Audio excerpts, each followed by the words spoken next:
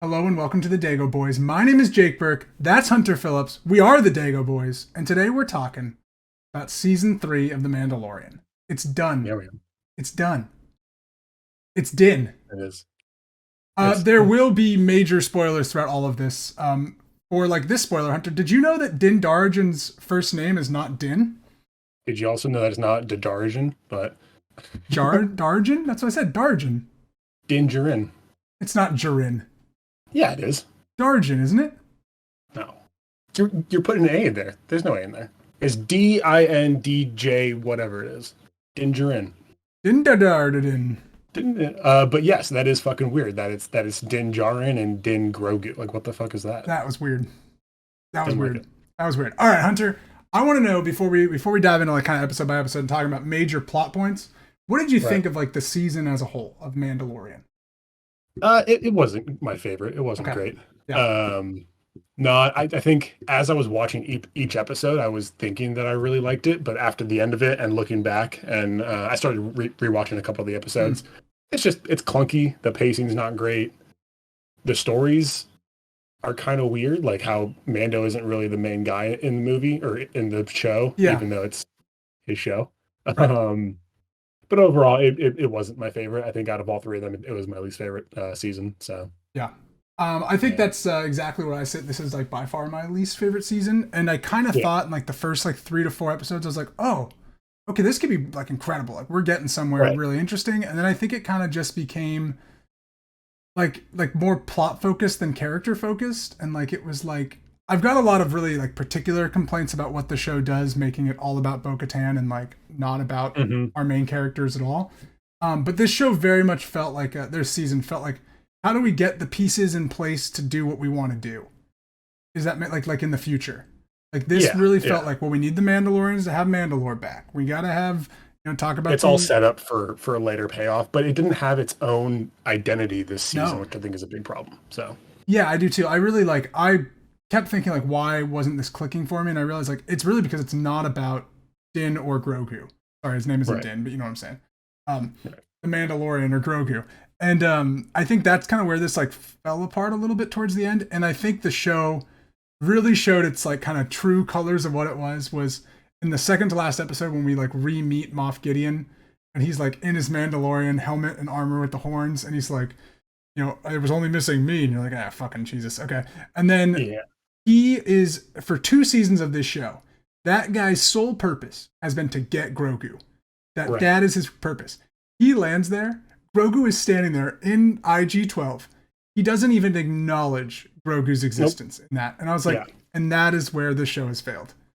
I didn't like anything with Moff Gideon this season. I think all this stuff felt incredibly rushed. There wasn't any substance to it. Like, I also didn't love like in episode 5 or 6 or whenever we learned that he escaped from that new Republic transport. Like, why didn't the New Republic care? He's a huge, high priority target.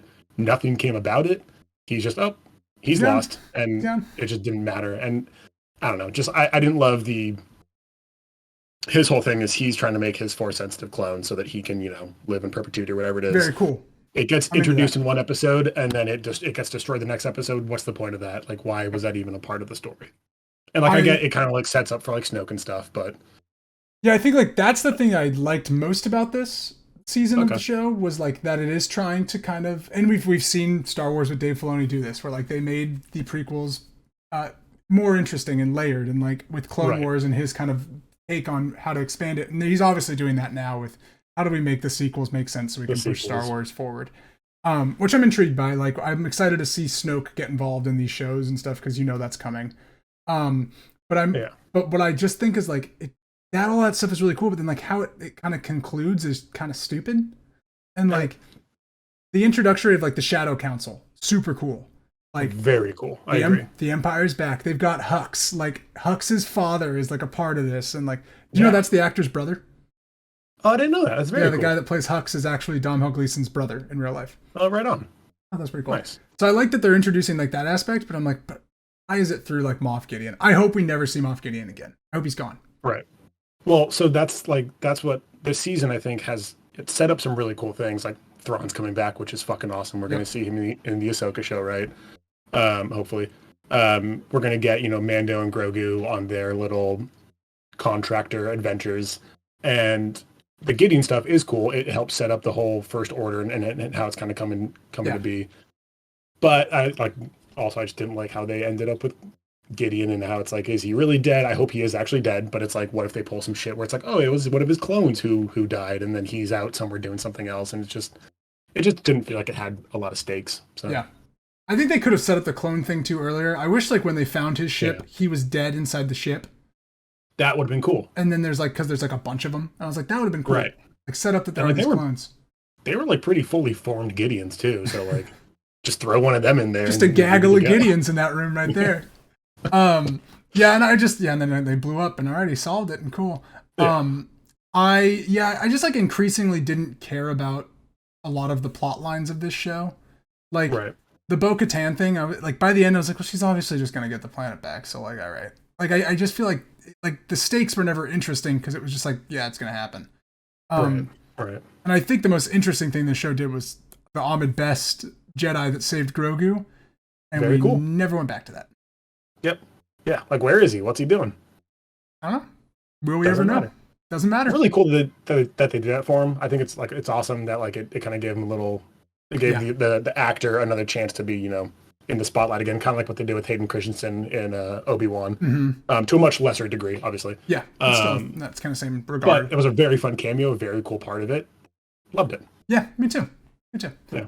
Okay, I want to kind of talk about kind of episode-ish by episode-ish. I've only seen them once, so I won't have a ton to say on certain ones. You have this first one, The Apostate, which was him beginning this journey and very much just setting up everything that needs to be set up. Bo-Katan in her castle where she's all moody, but don't worry, she'll be out of that castle come next episode, so it doesn't really matter. We go back to Navarro. I like that Navarro is being built up every season. Cool. I really like that. I think that's my favorite through line of the show is Carl Weathers and him becoming what is he, the High Magistrate? The High Magistrate, just doing his thing on Navarro. He's got a statue of himself in his room, and I'm like, that's so funny to me. I just love that. And we get a bunch of little Babu freaks. Yeah, which is awesome. They have their own little tiny window down at floor level. Very cute. The bad baby, no squizzy. Might be my new favorite Star Wars line. All that was awesome. I love how they have that statue to IG-11 and commemorate his sacrifice to all of that. I didn't love how and it's kind of throughout the whole season, they do bring IG-11 back and now he's IG-12. But I get he's a different droid, but it doesn't really it just kind of it ruins his sacrifice from season 1. And it's keep him as his statue. Self-destruct is what he did. What does that mean? Lava. He was in lava and he self-destructed, and he is back. I just very cool that it was he was a mode of transport for Grogu. I really like that. I thought it was a little goofy. I didn't love it, but I get it. Yeah. But I just didn't love, oh, hey, this is one of my missions is to go bring IG-11 back because I need him. Mm-hmm. Find somebody else. Keep him dead. Keep him as what he was. Don't try and bring him back. Because they kind of do that with a lot of things, and I don't love it. Yeah, so. Nothing stays dead really anymore. Right, which is a big problem with Star Wars. So. It's a big problem. Yeah. Ridiculous. I did not like that by the end of this season that IG-11 is just back and it's Taika Waititi. I thought they kind of solved it in an interesting way that Grogu got this little mech suit, and I was like, oh, that's kind of fun. Right. So okay. It's not really IG. Yeah, it's not really him. It's a way to include him without, and then it was like, oh no, he's just back and he's Taika Waititi. Right. And I'm really curious that when Taika Waititi writes his own Star Wars movie, I think he's probably going to star in it as well. Does that mean Taika Waititi is 2 different Star Wars characters in the Star Wars universe? I guess so. He's pulling an Ahmed Best. He's pulling the Ahmed Best. Jedi and a Gungan. Yeah. We need a scene with Jar Jar in this new Jedi. That's my hope. But so then he goes to the planet and he then goes back to Tatooine because we always got to go back to Tatooine. You have to. It's a Star Wars staple. Nothing ever happens on this planet except for everything. But he gets R5. He gets the bad motivator R5. Which I loved R5 throughout the series. I thought he did great. I thought it was awesome. I saw a great thing online where it was talking about R2D2 and R5, and it's imagine this is the guy you're comparing yourself to, and it was R2D2 saves the galaxy multiple times, does all this stuff, and it's R5's first mission. Hey, this planet might be toxic. Go down on it. Let's see. That's also an issue I have with this season 2 is that in the whole lore for the Mandalorian specifically. Now, ever since the Empire bombed Mandalore, it's this toxic planet. It's destroyed. It's not habitable. No one has ever gone to go check it out except for Mando. He's the first one to go there and report that, hey, it's, send a droid down and see if it's cool. Like, imagine if he just went back to Bo-Katan. He's like, yo, by the way, it's fine. Yeah, hey, it's cool. Hey, I was breathing. Cool. You didn't try this? You should just go. Also, confused. Do their helmets? Do they breathe in their helmets? Because they were saying how they Axe Wolves flies in the last episode in space in his helmet. Yes. So none of the Mandalorians in their helmets can breathe on the planet. No, because whenever they put their helmet on, it does like the pressure, right. It like has the pressurized seal. So why couldn't you go down onto the planet in your why couldn't he, right? Like, yeah, I just was confused. Unless it I don't know. It is confusing because you're right. They are pressurized, like self-contained little systems. Like even in Clone Wars, we see that like the clones themselves can go into space and like survive for a little bit. Yeah. It's like, why wouldn't anybody else be able to do that? Because that was 30, 20 years ago or whatever. Yeah. So technology's come, but whatever. I didn't love that part of just like he's the first one to discover that it's okay after 15 years of it being bombed. Yeah, I just didn't love that. This might be the second episode too. Now we're talking about whatever. This is the Mines one. Right. Yeah, because he gets captured by the weird spider robot thing. Right. That's like a human. The first one ends with the first one ends with the pirates, right? Yeah, first one ends with the pirates. Oh, that was a great scene. I loved that scene where he's like fighting all the pirates and defending kind of that. I really liked that. And like the Pirate King Gorian Shard or whatever, like I thought he looked goofy, but I loved him. I did too. He was, like pretty good CGI, and he looked menacing. And I was so bummed they killed him off. I know. I was like, what a fun bad guy for Din to like have to deal with throughout this whole show. I thought he was going to be the big bad for the season, but he went away for a few episodes and then died. Came back and he died. Yeah, that's I think a lot of the show though is like it kind of sets up the stuff and then it just like quickly resolves it without like any fun build up. The resolution just kind of comes out of nowhere, and I think like that. This Mines episode I think is really just quick. Grogu flies the ship back, gets Bo-Katan, and then they go into the mines and Bo kills the spider. That's really all that happens in that episode. That's that's the same thing that you were saying. Like everything gets resolved within an episode or two, and it just kind of makes it feel non-important. Like what it should have been is, I don't know why they chose to make Mando and Grogu reunite in Book of Boba Fett. I'm sure there's a ton of background stuff, and I think that's why this season. To be honest, I think that's why this season fails. Is that like a season of Mandalorian and messy? Yeah. Because it'd be great if this season, they could have made this whole him returning or them becoming, coming back together. It could have been a whole season on itself. Yes. Or at least the majority of this season here, and it just seems like there wasn't really any kind of point to this season. Yeah, because I think it's like I was actually talking to my dad yesterday, and he was like, "Oh, the Mandalorian's back. Like we liked the first two seasons. We should, my stepmom and him should watch it." And I was like, "Right, but you do need to watch 2 episodes of the Book of Boba Fett that are in the middle. But you probably don't want to watch all the Book of Boba Fett because it's not very good. So, but like 2 episodes." My dad looked at me and was like, okay. And I was like, well, he now just doesn't want to watch the Mandalorian because there's like homework. I had the exact conversation with my parents because they both liked the first 2 seasons. And they were like, hey, like, we're going to sit down and watch it. And I said the same thing. You got to watch episode 5 and 6. If you want to watch the finale, you can. Yeah. You don't have to. Yeah. They ended up watching 5, 6 and the finale. And my dad was just like, what the fuck was that? I was a dog shit show. And he was just like, who are the mods? What's with these kids? Like, they're just bad. Like, yeah, it just wasn't. Those 2 episodes of Boba Fett, though, were pretty good. I actually really liked those 2 episodes of the Boba Fett. The ones that barely had any. Yeah, the ones that were Mandalorian episodes. Those were good. Yeah. But it's just like it does discourage people from seeing the show because you have to like, okay, now I have to go invest time into this series. Yeah. And it's just not great. It's weird. Yeah. So this Mines episode ends where Bo like rescues Din. She uses the very crucial detail hunter that's going to come into play later. The spider robot disarms Din as he's fighting. I'm just going to call him Din. Fuck it. His name is Din Djarin. Call him that. Cool. And the spider disarms Din. The Darksaber's on the ground, and she picks it up off the ground, and she kills him with it. Kills the spider thing with it. Then his whole mission for this season should have been being baptized again. And they even have a baptism scene at the end of this show, at the end of the whole season, where a kid gets baptized as a Mandalorian. But guess what? He's already done that. Din, our main character, just already did it by himself.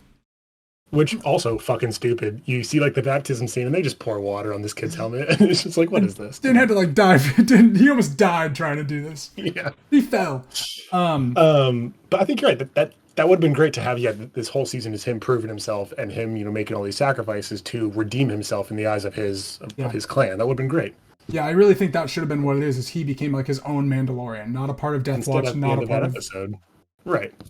Yeah, I was really bummed by that. Pulses in, passes out, drowns, and gets taken out. Yeah, didn't like that. And then the Mythosaur was cool. Yeah.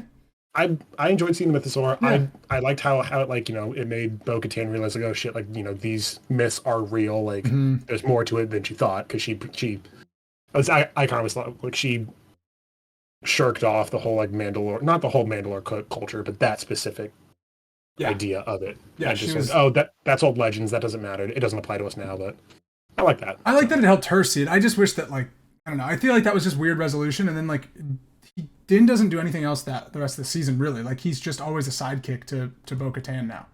Like, which is weird. They like closed out what could have been his whole arc within 2 episodes and we're like done. And it's like, well now he's just there. And they kind of show that because in the next episode he's not even in it. We go to Coruscant, which was super freaking cool. It was super cool. It was long as that shit. was my least favorite episode. It was long as shit. Yeah. But I like seeing it. Yes, and it did have a lot of cool implications. And yes. I didn't love whoever that the woman character is, the Moff Gideon woman. Yeah, I forget her name. Leela, something like that. Something like that. I'll look it up. I loved seeing her, like still as a double agent working for the New Republic, but she's still on Gideon's side, still trying to like loyal to the Empire. I think that was really, really cool. Yeah. Ilia, something like that. Ilia. And I also loved seeing how the New Republic is still just like bureaucratic and faceless, and it's better, but it's still not great. Like everyone's whatever, TK, whatever. That's Clone Trooper or whatever. But I know what you're talking about. But yeah, just like numbers and letters, and that's all they are. Yeah. So it was cool seeing that, and how Pershing keeps on trying to like talk to there's that droid at the end of every week or whatever. Mm-hmm. He's like, do you feel fulfilled? Do you have any animosity? Blah, blah, blah. And he's like slowly coming to terms being like, this isn't what I thought it was going to be, which I thought was really cool. That was really cool. I was really bummed they wiped his mind by the end, but I was like, okay, I guess he's not a character anymore because he's probably dead. They Babugala did it, or whatever they do in Rogue One, the worst part of Rogue One. They brought that back. What we needed. I did like there was a one line in that whole episode that I really liked. I think we don't need to talk much about it because not a ton happens, but there was that one line there in the Opera House area in like the lobby, and some senator guy goes like, well, of course we do it for the Empire, and his wife goes, honey, it's the New Republic, and he goes, right, yeah, of course. And it's like, wow, it's like all the same to these people. Like Absolutely. That's really, really cool. And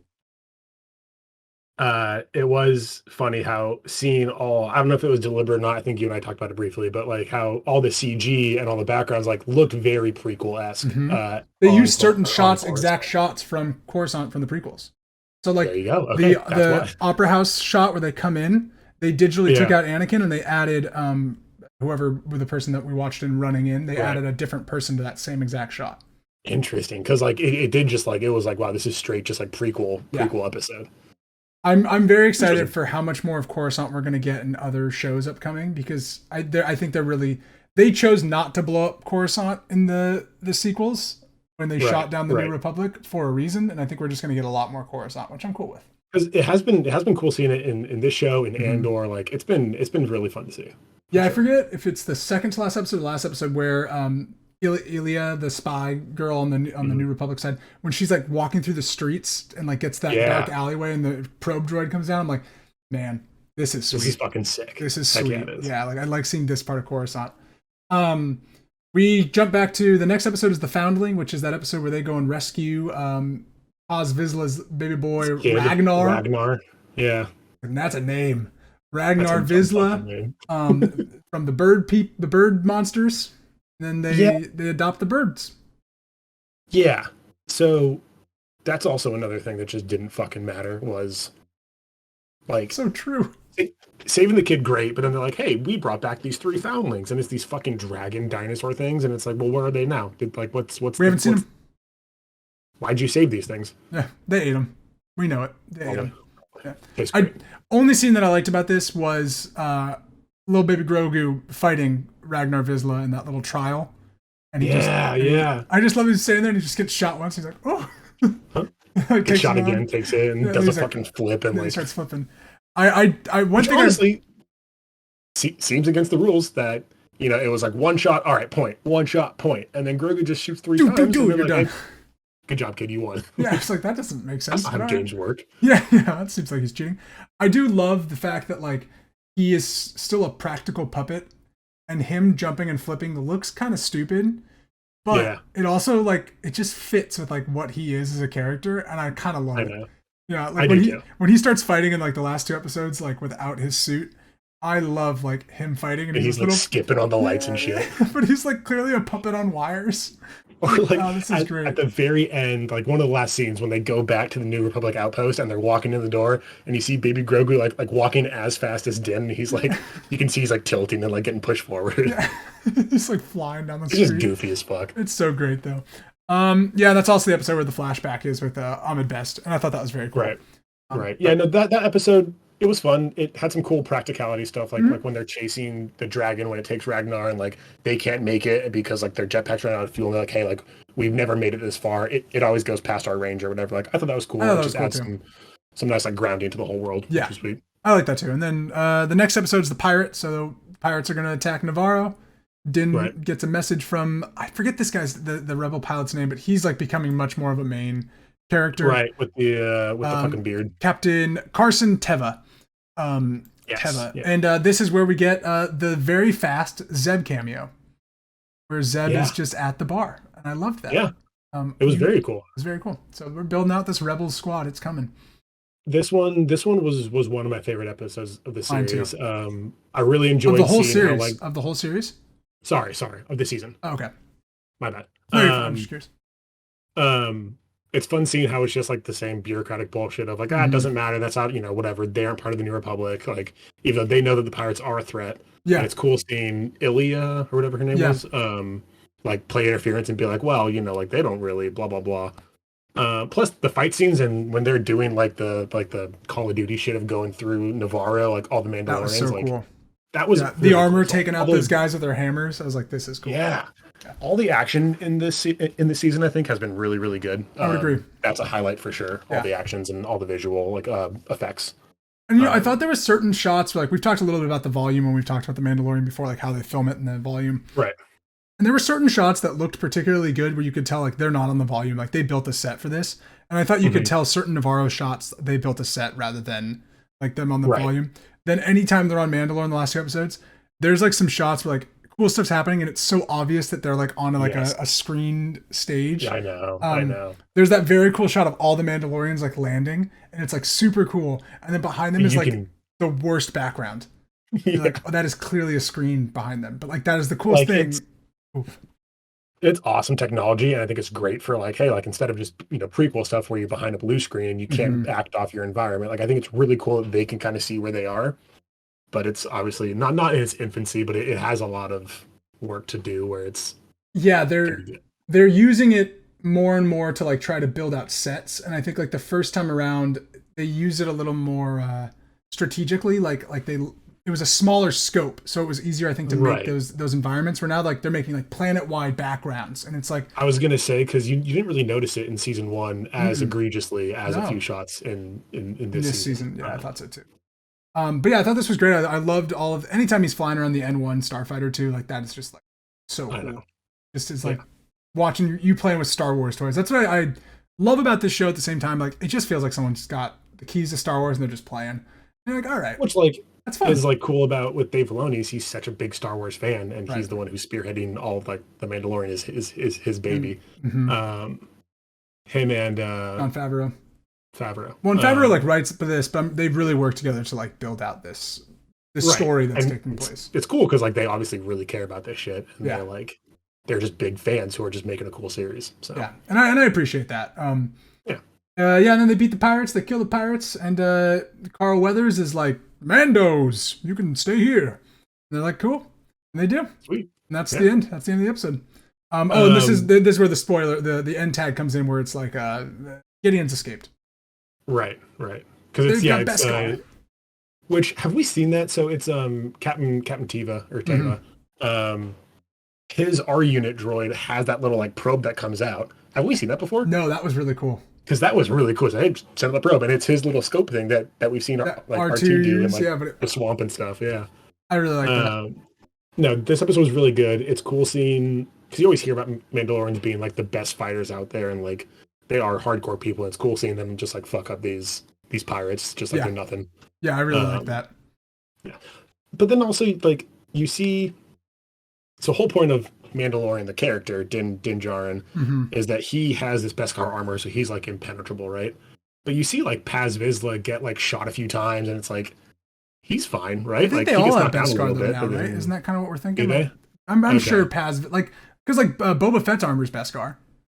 But they, yeah, but they like, oh, I guess so. I'm just thinking in like one of the last episodes where it's the Dark Troopers or whatever, the Empire Mandalorians and our Mandalorians, and they freak out like, oh shit, like they're wearing Beskar armor. But I guess they could just be surprised that they have Beskar armor. Yeah, but also, you know what the weird thing too is like, in the final fights of this show, it doesn't matter that those guys have Beskar armor Doesn't because fucking they're getting shot and matter. killed. That I That's think is my one thing about the armor in this show is like, it seems like it really is just like it. plot armor. It's like It is. we've It is. explained kind of plot armor a little. It works when it needs to, and then you don't care about it otherwise, and it's just like, Yeah, and okay. that's what I don't like. Like they have Beskar armor. It didn't Then we're matter. just gonna shoot in between the armor every shot we take. So Yeah. All right, we're gonna talk about the most divisive episode of this season, Hunter. yeah, Guns for Hire, where yeah, they're looking for Bo Katan's old squad. They go to this yeah, new planet, and Jack Black and Lizzo are running this yeah. planet, and they got a droid problem. So I fucking love this episode because it just felt like an episode of the Clone Wars. Just like it was its own contained thing. It was cool seeing all the droids. It was Yep. goofy seeing the droids run. I don't know how I feel about that. That being said, and like I think Jack Black and Lizzo were fun cameos. They didn't fucking matter to the story. So it's like, people were like really upset that like Lizzo was in it and She all did like that. nothing. I don't know why people were so mad about Lizzo. She I did mean, like yeah. nothing. She just like That held being Grogu. said, speaking of doing nothing, this episode didn't fucking matter No, one bit. no. Besides the very end where it's just like, oh, well, Bo-Katan saved me and my captor took the dark saber from me. So if you, We're gonna get buy the there. community We're gonna get property, to this transitive property bullshit because it yeah, pisses me off. But I want to talk ugh, about what I actually really like this yes, episode, Hunter. I really like this episode. yes, I was it really was into cool. it. It was very enjoyable. I was so I'm into just it keep going. until we're on this mystery and we get introduced to this new character, Christopher Lloyd from Back to the Future. And he's like talking about the droids. And I was like, oh, it's him. He's the bad guy. And then Yeah, I couldn't care anymore because it was just so clearly they were going to go back to him and be like, we know you did it. I was yeah, like, this is but stupid now. it was such a Clone Wars episode Yeah. of just like I don't know, and it was cool seeing like nano droids are back and all that, and like Christopher Lloyd was just like he looks old as dirt, even though he did 40 years ago, and Uh-huh. it's like I do like all the Count Dooku like references, and he's about to say Anakin. Like yeah, I loved yeah, all that. Like he was killed by, and like I love that. and like the droid bar was goofy as fuck, but I really liked it. Seeing all the repurposed battle droids and B2 super battle droids and stuff like that was like it was cool. It was Yeah, goofy seeing him run through the crowd and like see a droid sprinting, but like or, like push over um people. I think it's a really cool idea having this sovereign little community and like they took what was there and repurposed it. Yeah, that's I it thought too. it was really enjoyable. I thought it was good. It was one of the more enjoyable It was episodes. fun. I don't know if it was a good episode, Yeah, but but then like you were talking about, they just took away all the tension between the two characters that were like buddies. Because yeah, that was kind of fun about that. Like the first four episodes of Din and Bo was like, yeah, they're hanging, they're fun, and they're having a good time. But like, but there's there's like some animosity there. well, And, there's like clearly like she wants this thing and he can't just give it to her. right. But then he figures out he can just give it to her. Yeah, so like what the fuck is the point? Uh, That's also okay. So that's also another question I have is in episode 2, right uh-huh. when um Mando gets captured by that weird alien droid thing. Yeah, He sends Grogu be like, "Hey, please go get Bo-Katan." yeah, And when she sees that the N2 or N1 or whatever it is coming onto her planet, she's like, "I'm gonna fucking kill him." Like yep, this guy's like she says that she yeah, like hates this guy. yeah. She wants to blow him out of the sky. So Mando doesn't care about the Darksaber. He even says like it means nothing to me and my people. We don't care. She hates him. Why doesn't she just challenge him to a fight? Does she think that like is she not confident that I guess like she's not confident that she could beat him? The only thing that I can think of is that when Grogu tells her, "Hey, because somehow Grogu R5 they tell her we made it to," he's like, and she's like, "Of course, Right. Right, of course, baby Yoda man." But Grogu's like, "Hey, we made it to the planet." It's so weird thinking Grogu's like having a conversation with her. He's like, Bo-Katan, we made it. We made it. We got to Mandalore. It's fine. Listen to me. There's just a big cloud over the whole planet." Right. But like, I think he's like, "Hey, we made it there, and it's fine. Like, we can survive there." And that, so maybe she starts to kind of change a little bit mentally of like, "Oh, maybe I've been wrong now for like." I guess That's the only thing I can think of. It doesn't make sense though, because I know, I know it doesn't. I just think it's, and guess what, Hunter? It doesn't matter because at the end of this show, the Darksaber's gone. So who cares? What the fuck? Who cares? Who cares? So that was guns for hire. And then Bo beats Axe in a somewhat cool jetpacky fight. They will have a better one. I thought the fight was fine. I thought the fight was good. Yeah. It's funny they do this fight and it's like it's fine. And then like the next episode, the one where they go back to Mandalore, the spies, they have like another jetpack fight that's way better. With Axe and Paz. So this episode they rally the troops. They're gonna go take back Mandalore. We're already here, which I was like, wow, we're like flying through this. Okay. I know. This episode I actually really liked. I thought this was a very good episode. I agree. They went down to Mandalore, and boom, surprised by there's actual Mandalorians still living there. Right. That's cool. Which I thought was cool seeing, like, I think in episode 8 we see like the little caves and stuff, and there's like life coming back, and like I think it's cool that they were just living there the whole time, and like they have all this remorse of like Lady Bo-Katan, like we failed you, blah blah, but like our blasters will still fire for you, or whatever he says. Yeah. And I like Din has a great line to her, and he says something along the lines of like, "The song of Bo-Katan is not yet written or is not yet finished, and I will be with you until it is written." And I was like, so I really like this episode. Gives a lot of good backstory to Bo-Katan and gives a lot of good, like it's a big jump in her character arc. But I think it was too late. Like if you don't know who Bo-Katan is and you haven't watched the Clone Wars or you aren't familiar with the prequels, you don't really care about her. You don't know who she is. You don't know that she was like, I guess she talks about being a princess in episode 2 or 3. Yeah.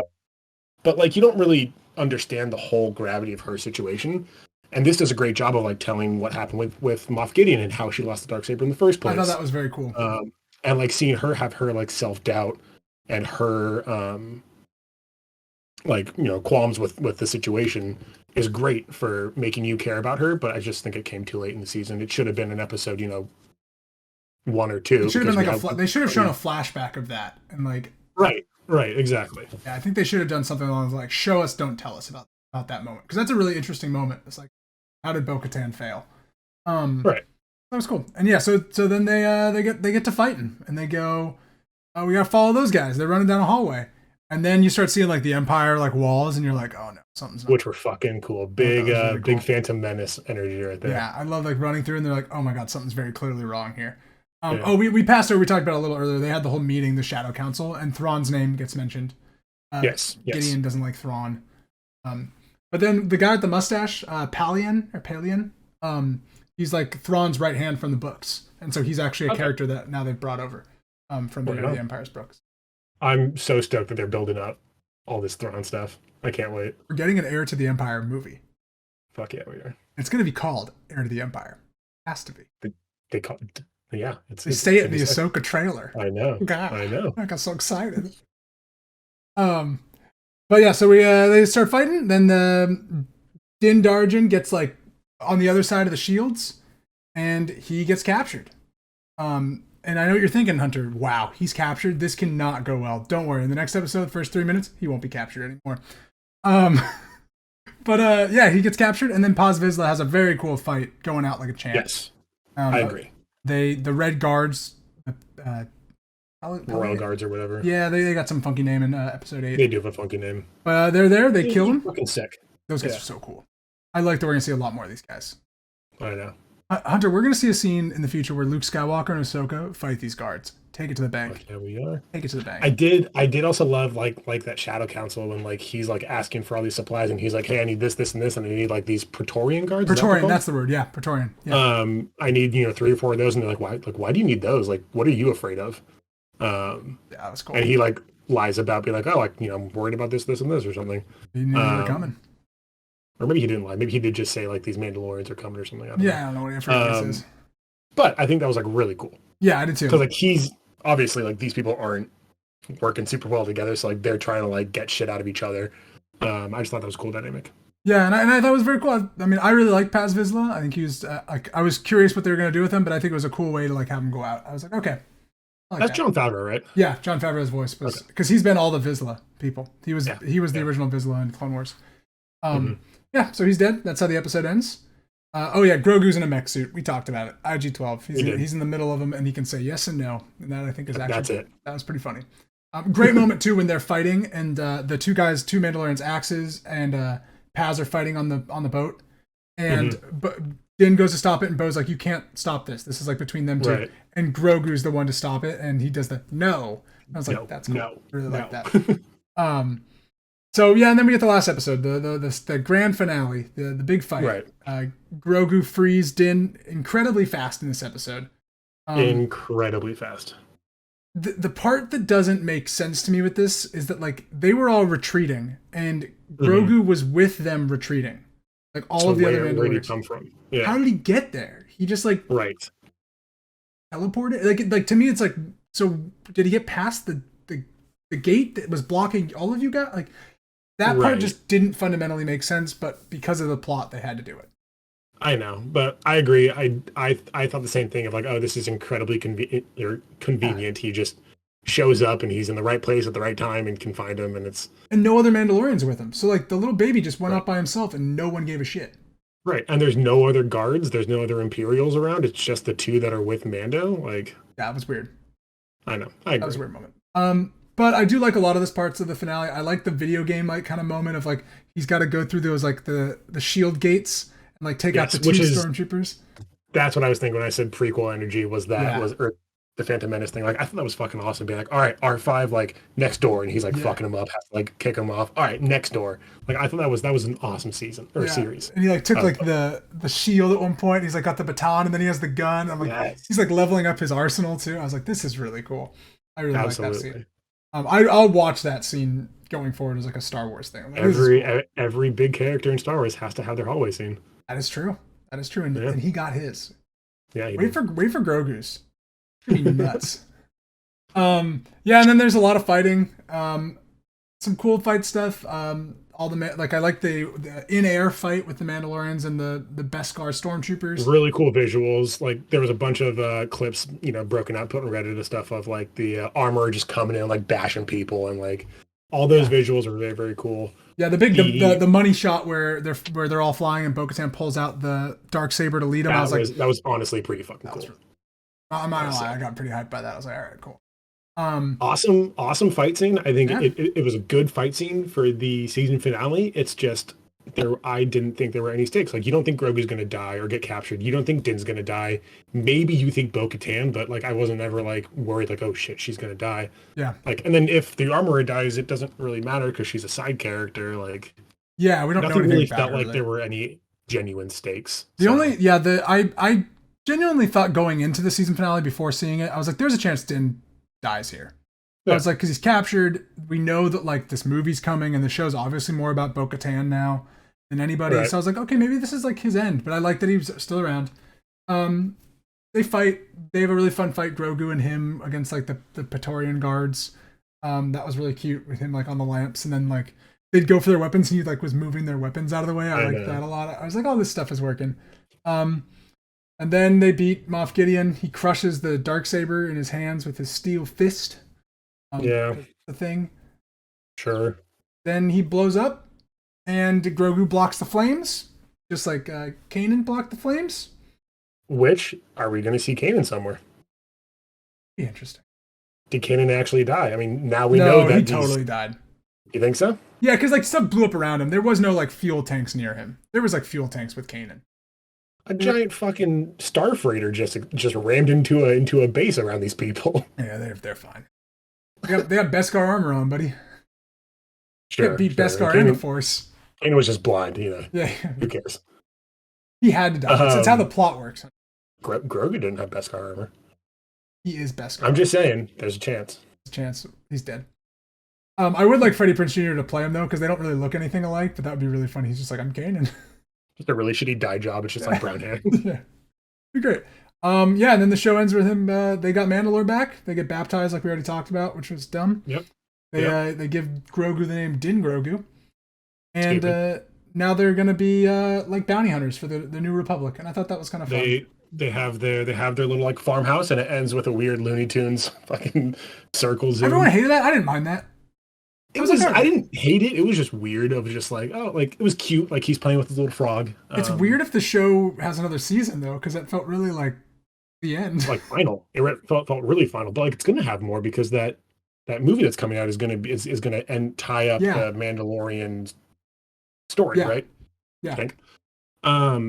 But it did feel very final. The most important part of the season that we haven't talked about yet, though, is that in that baptism scene, or Mando's like, I want Grogu to be baptized, and she's like, oh, like it doesn't matter. He's your ward or whatever, or you're his ward. You can't. Only a guardian can do it. And he's like, well, then I'll adopt him. But they were never like they always were kind of father and son. They were never like. Yeah, I just kind of like figured that he already kind of did. They were. They were just like a people little family. People call Din Grogu's dad, like to him all the time. Your dad. Yeah. Like, hey, like your kid's over there. Like, I think officially it was just weird. Like, yeah, I guess it's like official, but it never at no part in the whole series besides the first few episodes in season 1. Like, they always felt like father and son. Like, they always felt like she's obviously always cared for him. It was just weird. No, I think this show got kind of screwed a little bit.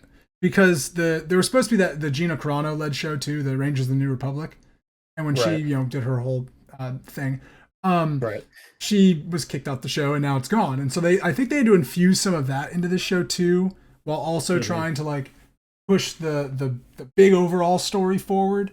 And I think like there are noticeable kind of hiccups that come from that as well. I agree. But this show this season definitely felt like a plot, not a story. They weren't telling something about characters. They were trying to move the universe forward. It just didn't have its own identity, which the other 2 seasons did. I would agree. Very much so. Like big things happened, but like the Mandalorians are together, but now they're just on they're back on Mandalore. Like they were on Navarro, now they're on Mandalore. Like nothing really happened with them besides like I don't know. A lot happened, but I don't feel like a lot of it really mattered. Yeah. If that makes sense. No, I think so too. I mean, I think this show was just pushing something forward, not building characters. It wasn't about characters. It was about plot. Okay. I think that's kind of it is what it is, but it's kind of its weakness. It is its weakness, and I think like this being the Star Wars show on Disney Plus, I think that was kind of a misstep. But we'll see. I mean, I'd be fascinated if now the Mandalorian, if the show does continue, is about Bo and all of them, and there's a new show about Din Djarin or what. I don't know. I'm curious what happens. How they're going to do this. That's interesting. Yeah. Like Rangers of the New Republic, is that Din's new show? There, he's like, the bounty hunter for the New Republic. Like he's only going to work for the good guys. He's basically said that. Yeah. I just like, but how much more of a story? I guess just them rebuilding the Mandalorian culture. But like, I feel like there's not that much of a story there. That's how I feel too. But who knows? I mean, we'll see. I don't know. All right. Any final thoughts before we say goodbye? No, I think we covered it. Wasn't the best season. Probably the worst season, Amanda. All I got to end it on, Hunter, is that dead and that's squishy. That's it. There it is. There it is, folks. All right. Thank you so much for watching the Dagoboys. We'll be back next week with we're going to talk about the new movies that were announced, and it's literally just going to be a week away. So stay tuned. Keep flying around the galaxy. Woo! That's how we end every episode. It is now.